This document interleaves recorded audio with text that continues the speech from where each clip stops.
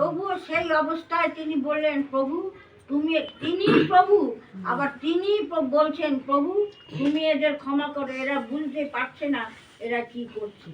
তাহলে আমরা কি সেই করি? আমাদের যদি একজনে একটা চড় মারে, আমরা আরেকটা চড় মারার চেষ্টা করি। তাই ঠাকুরের সম্বন্ধে বলি, ঠাকুর তখন পাবনা জেলায় একজন দুর্গাদাস নামে, তিনি ঠাকুরের খুব ভক্ত ছিলেন।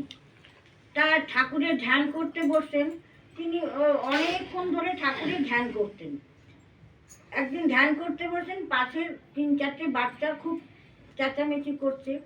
তখন ওই ধ্যান ভঙ্গ করে উনি বললেন, এগুলো কেন মরে না, এগুলি কেন মরে না?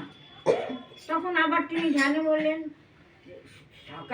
সন্ধ্যাবেলা দেখেন তার 3টি বাচ্চা এমন অসুস্থ হয়ে পড়েছে, মানে তার মরণাপন্ন।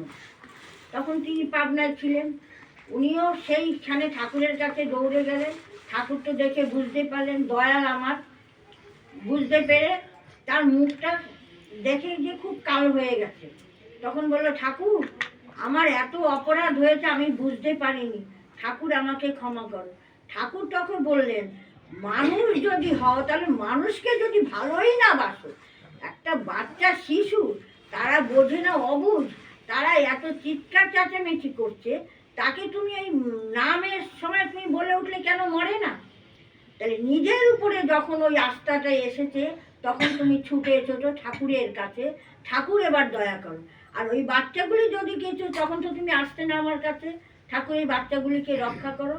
তাই আমরা যদি মনুষ্যত্ব হই, মানুষকে যদি ভালোই না বাসি, পরস্পর যদি মানুষের সঙ্গে মেলামেশা সৎভাবে করতেই না পারি, তাহলে আমাদের ঠাকুর কাছে এসে আমাদের কি লাভ হলো? কাজেই যে যতবার, ওই যে বলে না, ভালোবেসে অন্য অন্য যত করবি বড়, নিজে তত বড় হবি তুই। বড় হওয়ার একটি পথ, একটি ছাড়া নেই। মানুষকে যদি আমরা বড় না করতে পারি, বা আমার সমতুল্য যদি না করতে পারি, তাহলে আমার ঠাকুরের কাছে আসাই আমার বৃথা।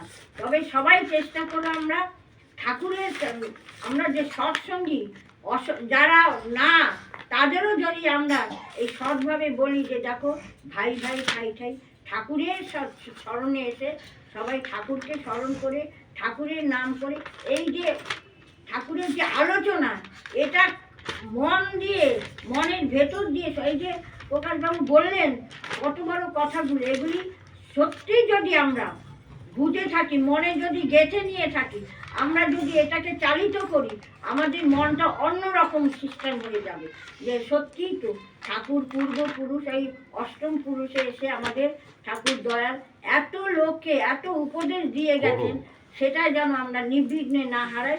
এইটুকুই আমার ভালোবাসা। জয় গুরু। বাহ, আচ্ছা।